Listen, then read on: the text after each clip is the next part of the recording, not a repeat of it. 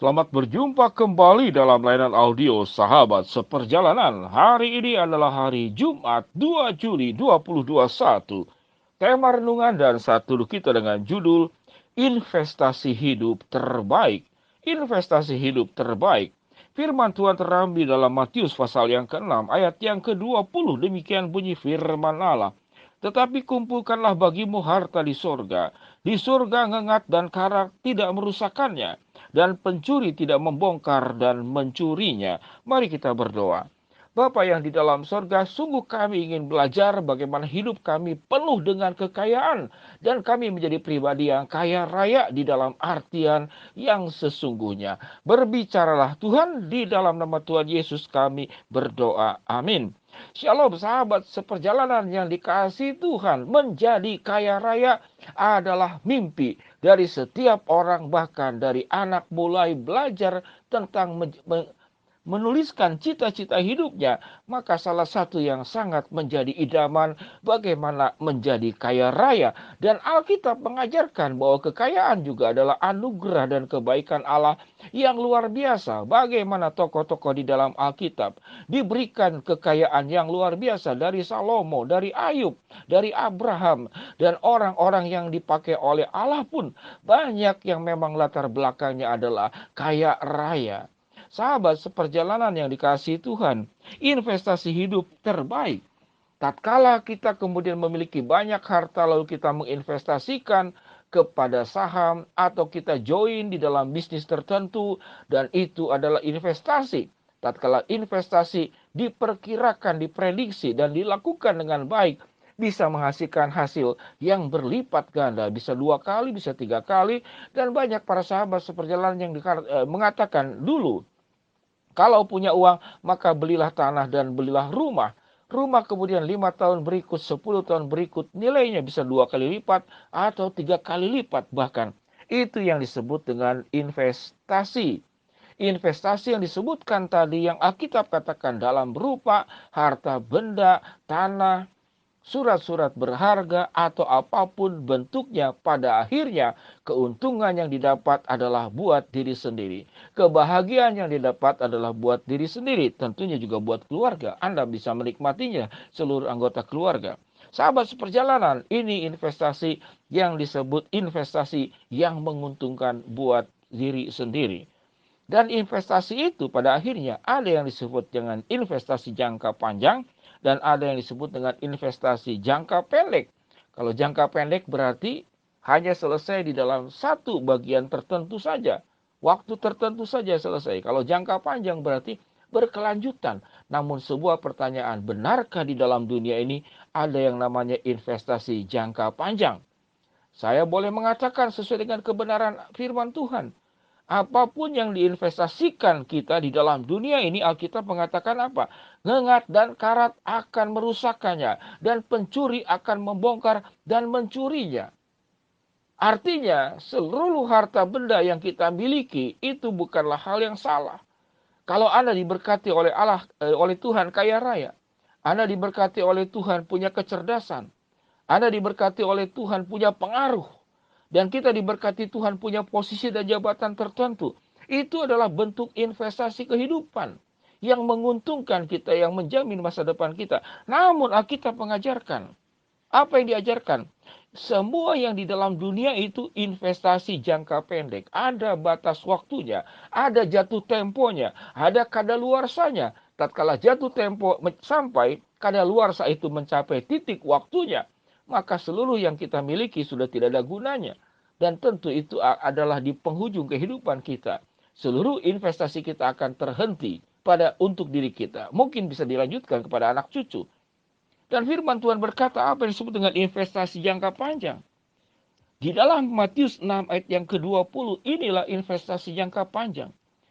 Tetapi kumpulkanlah bagimu harta di sorga ngengat dan karat dan merusakkannya, dan pencuri serta membongkar dan mencurinya.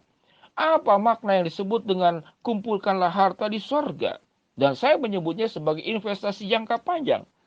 Semua hal-hal yang jasmani, pengaruh kedudukan, kekayaan, harta benda, emas, permata, berlian, tatkala dia berdiri sendiri, maka menjadi investasi jangka pendek.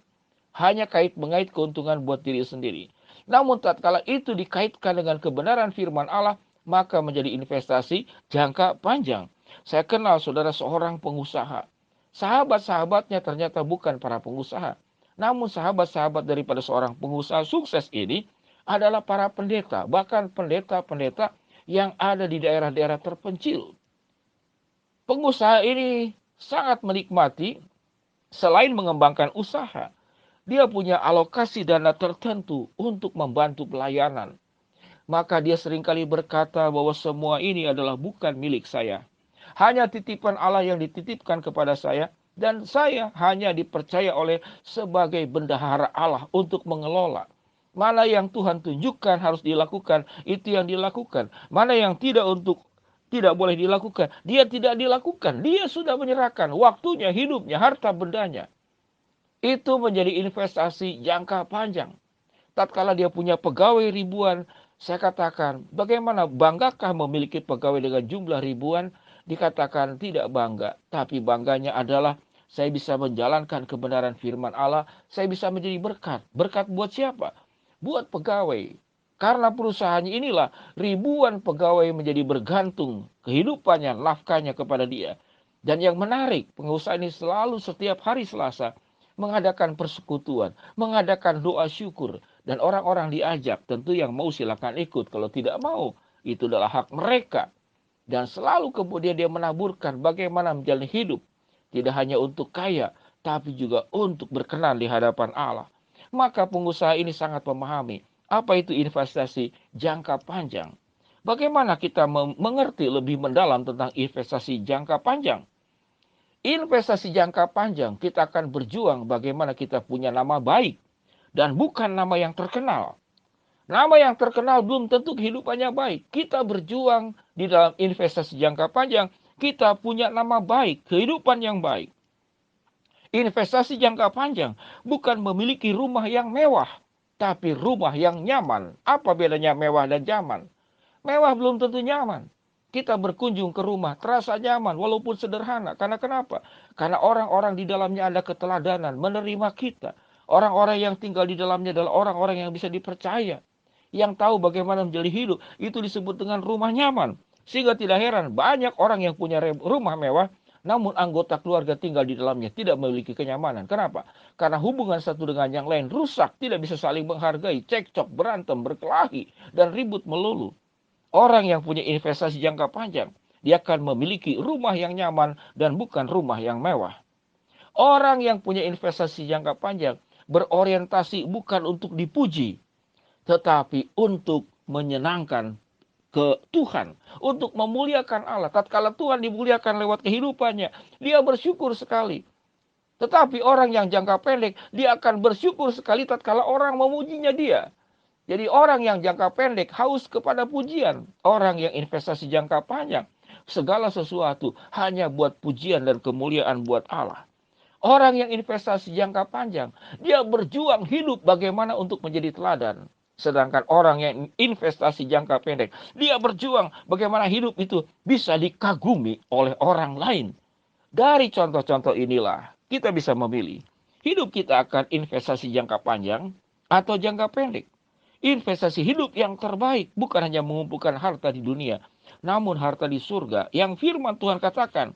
Tetapi kumpulkanlah bagimu harta di surga. Di surga ngengat dan karat tidak merusakkannya, dan pencuri tidak membongkar dan mencurinya. Biarlah kita belajar menjadi pribadi yang cerdas, pribadi yang hebat, tahu bagaimana melakukan sebuah investasi hidup yang terbaik, investasi jangka panjang. Mari kita berdoa.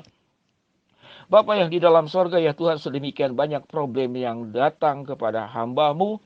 Namun hamba-Mu berdoa selalu untuk 3 hal. Yang pertama, berdoa untuk yang kena sakit, baik di rumah sakit maupun di rumah. Tuhan jamah, Tuhan sembuhkan. Buat sahabat seperjalanan yang sedang menghadapi kendala, kesulitan, persoalan, masalah dalam kehidupan, Tuhan bukakan jalan. Buat sahabat seperjalanan yang sedang memohon berharap sesuatu kepada Engkau, Tuhan akan mengabulkan sesuai dengan waktu, rencana, dan kehendak-Mu. Di dalam nama Tuhan Yesus kami berdoa. Amin. Shalom sahabat seperjalanan yang dikasihi Tuhan. Jadilah pribadi yang cerdas dan bijak. Tahu bagaimana menginvestasikan hidup secara terbaik. Di dalam nama Tuhan Yesus kami berdoa, menyerahkan setiap sahabat seperjalanan tetap di dalam genggaman, pertolongan, dan penyertaan Tuhan. Shalom, Tuhan memberkati kita semua. Amin.